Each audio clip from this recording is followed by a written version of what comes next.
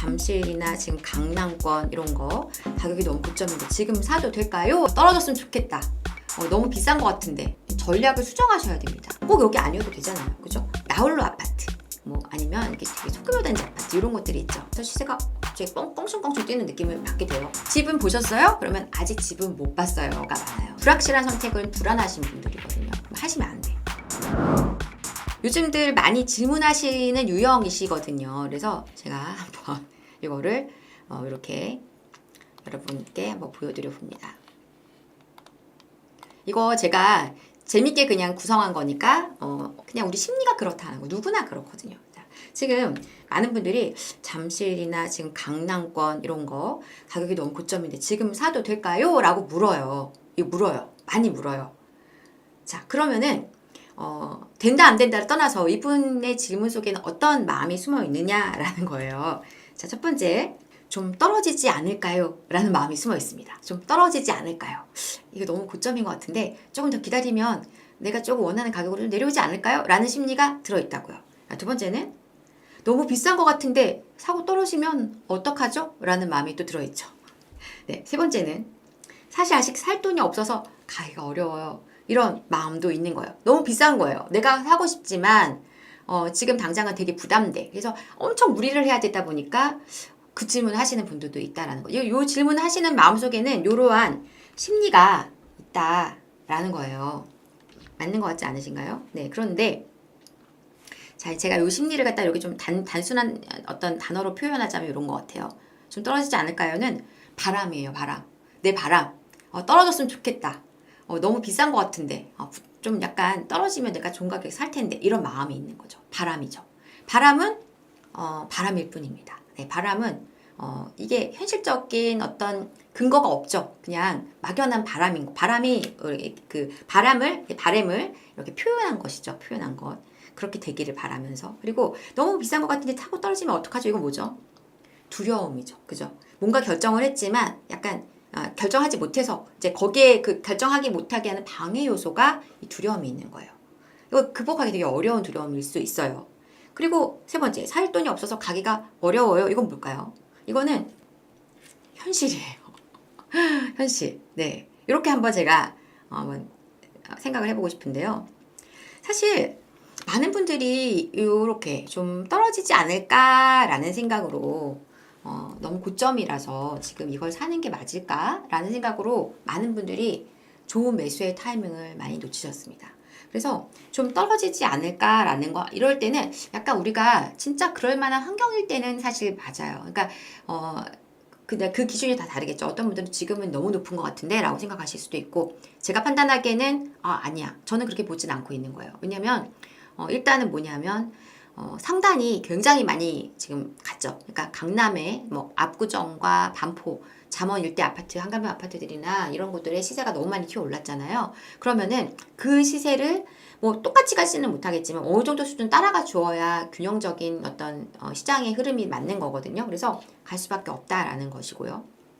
그래서 제가 뭐 마포나 성동도 아까 옥수리 버진도 거리가 많은데 뭐 나오면 신고가예요. 거기는 하나 나오면은 다는 아니지만 신고가가 탁탁탁 걸린다고요. 평수 따라 이렇게 걸린다고요. 근데 그게 자연스러운 거라니까요. 왜냐면 다른 시세가 다 튀어 올랐는데 잠실하고 마포의 가격 격차가 너무 많이 벌어졌잖아요. 그죠? 이런 것들을 보면 마포에서 잠실 오실 분들이 많았는데 30억 넘어가 버리면 갑자기 너무 황당한 거예요. 그러다 보니까 내가 갖고 있는 물건의 가치도 자꾸 올라가게 되는 거죠. 그렇게 해야만 팔아야만 내가 그래도 이동할 수 있으니까. 그래서 당연히 올라갈 거라고 보는 것은 근거가 있는 것입니다. 근데 이게 떨어지지 않을까 하는 건 내가 자꾸 가격이 올라가는 거 잡으려다 보니까 그 부담이 되다 보니까 그런 바람이 있는 거고요. 그리고 두려움 당연한 겁니다. 특히나 첫 집 매수하신 분들은 두려움이 커요. 그래서 이걸 잘 못 넘어가요. 근데 사실 좋은 입지라면 만약에 내가 조금 사고 나서 조금 가격이 살짝 조정받아도 사실 그렇게 걱정할 상황은 아니에요. 그렇다고 지금 우리가 과거 같은 한 2, 3년 전처럼 가격이 팍 떨어지는 이런 시장을 만나진 않아요. 이건 않아요. 그래서 이거에 대해서는 걱정을 너무 안 하셔도 된다. 조금 가격이 살짝 약간 쉬어갈 수는 있습니다. 쉬어갈 수 있지만 또 올라가게 돼 있어요. 그래서 이거에 대해 걱정 너무 하지 마시라. 그리고 사실 살 돈이 없어서 가기 어려운 경우 이건 현실이에요. 이건 어떻게 해야 돼요? 전략을 수정하셔야 됩니다. 꼭 여기 아니어도 되잖아요. 그죠? 꼭 거기 아니어도 돼. 그러면 거기를 내가 가지 못하지만 걔같이 빨리 따라갈 수 있는 애를 잡으면 되겠다. 방배 같은 경우를 선택하신 분은 정말 잘하신 거 아니겠습니까? 그죠? 그렇게, 그때 가서, 21억에 샀는데, 5억이, 4억이, 3, 4억이 튀어 올랐다. 뭐 15억에 샀는데 20억이 탁 금방 됐다. 이런 것들. 그리고 우리가 그렇게 그런 선택지로 이렇게 이동할 수 있는 곳들이 상당히 많이 있었습니다. 그리고 지금도 없지 않아요. 없지 않아요. 그러니까, 조금 우리가 생각을 좀 이렇게 열어서 보시는 필요가 있다라고 생각을 합니다.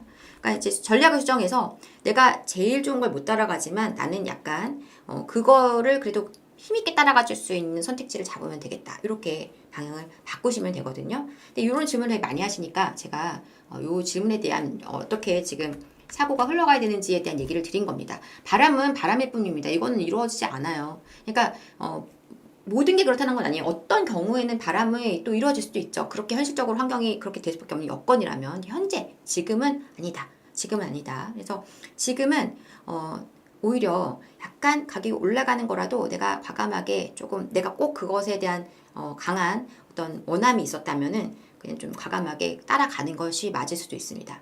어떤 똘똘한 물건, 좋은 물건을 잡으시는 경우에 그렇고요. 그게 아니라면 전략을 좀 다른 방향으로 이렇게 우회해서 가시는 방향을 찾으셔야 되는 거예요. 자, 두 번째 질문이 또 어떤 게 있냐. 유명 단지들은 너무 비싼데 강남의 땡땡 아파트는 어떤가요? 이런 질문. 네, 은근히 많이 하시는 질문이거든요. 이게 뭐냐면, 그 나홀로 아파트, 뭐 아니면 이게 되게 소규모 단지 아파트 이런 것들이 있죠. 그것들을 물어보시는 분들이 좀 있으세요. 그거를 지금 내가 얘기를 드린 겁니다. 나홀로 아파트거나 시티스퀘어가 적은 소규모 단지 일대. 그러니까 다 주택가만 있고 아파트가 나홀로 아파트가 여기 하나에 이제 한 뭐 몇백 세대가 딱 있는 곳도 그럴 곳이고, 그다음에 이제 여기는 그래도 괜찮은 뭐 세대수가 있는 곳들인데 여기는 한 200세대, 뭐 100몇십 세대가 이렇게 있다. 이럴 경우에도 이런 질문이 나올 수 있죠. 자, 그럼 이거는 어떻게 대처하는 게 좋을까요? 이거는 이거예요. 그러니까 제가 그전에도 말씀드린 게 있는데 굉장히 그러니까 전략적으로 접근하시는 분들, 굉장히 노련하게 접근하시는 분들한테는 좋은 선택지가 될 수 있어요. 왜냐면 상대적으로 이렇게 나홀로 단지나 이런 곳들은 시세가 좀 빨리빨리 반영이 안 되거든요. 그러니까 되게 착하게 가격이 찍혀 있다가 갑자기 탁 튀어 오른다는 거죠. 이제 내가 사고 나서 거래가 좀 뜸하다가, 왜냐면 단지가 너무 적으니까 그러다가 탁 튀어 오르죠. 그러면서 시세가 갑자기 뻥충뻥충 뛰는 느낌을 받게 돼요. 그런데 문제는 팔 때도 그렇게 거래가 활발하게 이루어지지 않다 보니까 쉽게 매도가 하기가 쉽지가 않다라는 거예요. 그러니까 편안한 선택지를 원하시는 분들한테 맞지 않아요. 잘 안 팔릴 수 있습니다. 근데 시장을 잘 분위기를 타고 잘 이제 어떤 타이밍을 노려서 내가 비과세 요건만 되면 저거를 이렇게 팔아야지. 계속 지금 이 타이밍이야. 이 타이밍 이렇게 노리실 수 있는 분, 전략적으로 굉장히 아주 예리하신 분, 민첩하신 분이라면 하셔도 돼요. 근데 일반적으로는 그렇게 타이밍을 못 잡아서 그러니까 시장이 좋을 때에도 나홀로 아파트들이 힘이 없는 경우가 많아요. 그래서 제가 많이 상담해 보면 정말 나홀로를 못 팔아서 시장 막 분위기 좋을 때 팔고 가지 못하시는 분들을 정말 많이 봤습니다. 그래서 그때 매도할 타이밍을 잘 잡으시는 게 키다. 근데 그걸 잘 하실 수 있는 분이 아주 많지는 않다. 그래서 일반적으로는 반대 의견을 좀 드리는 편이에요. 일반적으로는. 그래서 그래도 나는 싸게 사고 나는 그냥 길게 이 입지를 그냥 내 걸로 만들면서 좀 길게 가다가 적정한 시점에 팔 거야 하시는 분은 해도 됩니다. 가격을 좀 저점에서 잡을 수 있는 기회는 여기 있긴 있으니까 그렇게 얘기를 드려보는 것이고요. 세 번째, 땡땡 아파트 재건축한다는데 매수해도 될까요? 라고 질문하시는 분들이 굉장히 많으신데요.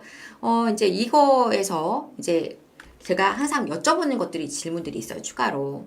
그러면은 집은 보셨어요? 그러면 아직 집은 못 봤어요가 많아요. 그러면은 이거는 어떻게 해요? 일단 집을 좀 보셔요 라고 말씀을 드립니다.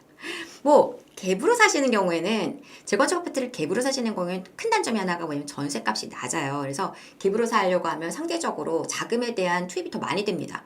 예를 들어서 10억 아파트를 사는데 내가 대출을 좀 활용해서 내가 입주를 한다 그러면 10억 아파트를 살 때 내가 뭐 2, 3억 정도만 대출 써서 나머지 7억으로 들어가셔서 내가 거주를 하시면 되죠. 근데 이제 한 7억을 갖고 있는 거잖아요, 이분이. 그러면 7억에다 대출 써서 실거주 하시면 돼. 근데 만약에 갭으로 산다. 그러면은 사실은 7억이면 뭐 한 15억 이상의 아파트를 살 수 있단 말이에요. 그죠? 갭으로 살 거라면. 그러면 10억짜리 아파트보다 선택지가 더 넓어질 수 있는데 이 전세가 낮은 재건축 아파트들은 전세가율이 막 3억인 거예요. 10억짜리인데. 그럼 7억을 그대로 들어가는 거죠. 그러니까 실거주할 때는 그냥 내가 실거주를 하니까 어차피 거주를 해야 돼서 높은 가격에 못해. 그러면 재건축 선택하시면 괜찮지만 내가 자금을 많이 들고 있는데 이걸 갖다가 재건축을 하면 상대적으로 가격이 저렴한 물건을 사야 되는 경우가 많아요. 그래서 그렇고 그럼 실거주하려고 하면 현실적으로 내가 진짜 살 수 있는 집인지 아닌지 판단이 좀 되셔야 되는 거거든요.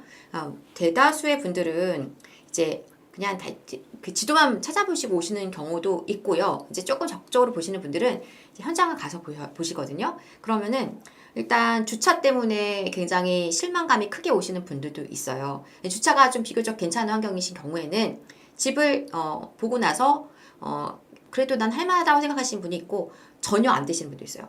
나는 거기 살기는 너무 그렇던데, 막 거기 동네 환경 그 단지가 너무 좀 그렇던데, 뭐 이런 것들이 있어요. 그래서 직접 집을 보지 않았다면은 이걸 먼저 보는 게 맞다. 그리고 뭐 이제 구조나 뭐 어떤 여러 가지 형태나 복도도 그렇고 막 전체적으로 좀 굉장히 노후된 아파트의 특성들을 이해하시고 그래도 매수가 결정이 쉽다. 그러면은 그거는 과감하게 진행하셔도 되는 거죠. 얼마 전에 그 상담하셨던 분이 급하게 문의가 와서 조카분이 뭐 집을 사셔야 된다고 해서 인천의 어떤 아파트를 매수 문의하셔서 제가 매수하시라고 적극적으로 말씀을 드렸는데요. 그분이 그 조카분이 되게 똑똑하신 분이더라고요. 왜냐면은 좋은 좀 환경이 좋은 아파트보다는 투자성 좋은 약간 재건축을 기대할 수 있는 물건을 결정하셨더라고요. 그래서 그걸 젊으신 분인데도 그런 경우가 많지 않거든요. 근데 굉장히 만족하셨다고 이렇게 얘기해 주셔서 저도 되게 반가웠는데 아무튼 그렇게 약간 그게 충분히 가능하신 분들은 적극적으로 진행하시면 되고 현실적인 타진이 필요하다. 그다음에 재건축 아파트를 물어보시는 경우에는 이제 뭐 그 조합이나 이제 부동산에서 얘기를 들으셨을 때 이게 한 앞으로 뭐 한 8년 뒤 정도에는 이주 8년도 그렇게까지 말하는 분 별로 없고요. 한 5년 뒤에는 뭐 이주할 거라던데 뭐 이런 얘기들 많이 하시거든요. 아직 조합 설립도 안 된 곳들도 그렇게 얘기하시는 경우가 있어요. 그러니까 잘 모르시다 보니까 굉장히 좀 희망적인 얘기를 듣고 희망적으로 기대하시는 겁니다. 근데 그거는 안 된다. 네, 바람직하지 않다. 긍정적으로 시장을 보려면 최악의 상황에서 거기에서 그걸 내가 충분히 소화할 수 있다라는 마음이 긍정인 거예요. 근데 많은 분들은 그냥 상황을 긍정적으로 생각해 버려요. 그러면 안 됩니다. 상황은 안 좋을 수도 있는 겁니다. 긍정은 내 마음속에서 나오는 거죠. 그래서 상황이 안 좋아도 그건 내가 감내할 수 있어. 집값이 조금 떨어져도 나는 이 정도까지 내가 충분히 양보하고 준비하고 있을 거야. 이게 긍정인 거예요. 네, 그래서 그렇게 너무 희망적으로 생각하시지는 말아라. 왜냐면 시간이 많이 들일 수 있는 투자이고요. 재건축 아파트들은 가격의 증폭이 좀 큽니다. 그래서 빠질 때 막 쭉 빠질 때도 있어요. 근데 빠졌다가 그냥 올라가 버리는 거죠. 그래서 그런 과정을 계속 겪어가는 과정에 있다 보니까 지치실 때도 많거든요. 그래서 그 지침을 잘 이겨내시려면 충분한 마음의 준비가 좀 단단한 마음이 갖춰져 있어야 된다는 거죠. 마인드가 좀 심장이 단단한 강심장이셔야 된다라는 것입니다. 그래서 그런 부분을 놓치지 말아라.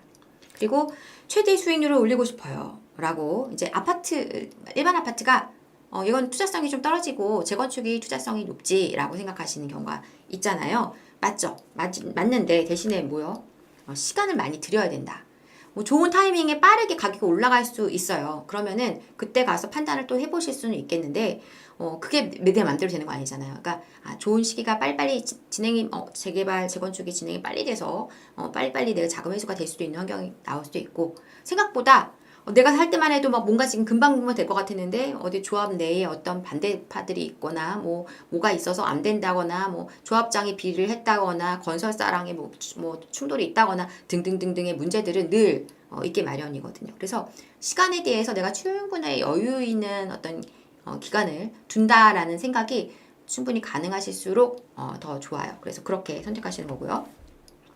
왜냐면 요즘 재건축 많이 물어보시니까. 마지막으로 재건축 재개발 추천 시 추가 분담금 너무 많이 들지 않나요? 사업성이 나올까요? 이런 질문 정말 많이 하시거든요. 제가 이제 정비사업을 많이 말씀드리니까 요즘은 그러면 제가 이건 뭐냐 불확실한 선택은 불안하신 분들이거든요. 하시면 안 돼. 이거는 왜냐하면 사실은 약간 재건축 재개발은 그만큼 내가 높은 수익을 기대하는 만큼 또 약간의 어떤 리스크도 존재하는 거고요. 사실 그리고 이 추가 분담금 이슈는 제가 늘 말씀드리지만 결국은 시간이 지나면 아무것도 아닌 일이 됩니다. 이번에 영상 제가 올려드렸었는데 대조 1구역 메디엘라 이번에 이제 분양하는 거 5월에 분양하는데 거기 같은 경우가 지금 한 2년 전에만 해도 3억 중반 20평대가 그냥 충분히 매수가 가능했거든요. 총 매가 하면 5억 좀 넘어가는 수준이었었던 거예요. 5억은 아니구나. 한 6, 7억 이렇게 되는 거였다고 보면 되겠는데 지금 이게 분양가가 10억이에요. 뭐 추가 분담금이 분양 가격이 10억이 되면 더 주게 돼 있죠. 그죠? 그리고 공사가 오랫동안 이렇게 늘어나면서 분담금이 더 높아져서 어쩌고저쩌고 막 얘기는 많았지만 막상 이제 분양이 얼마나 잘 될지는 봐야 되겠지만 제가 볼 때 되게 좋은 입지라서 20평대 10억은 충분히 나오겠죠. 왜냐면 주변에 거기 아파트들이 이미 노번이랑 있는 아파트들 시세가 그 가격인데요. 그죠? 그래서 그렇게 된다고 보면 굉장히 괜찮은 투자였던 거죠. 그것도 이제 입주가 당장이 아니고 내년이라고 생각하면 미래의 가치를 지금 당겨서 쓰는 거잖아요.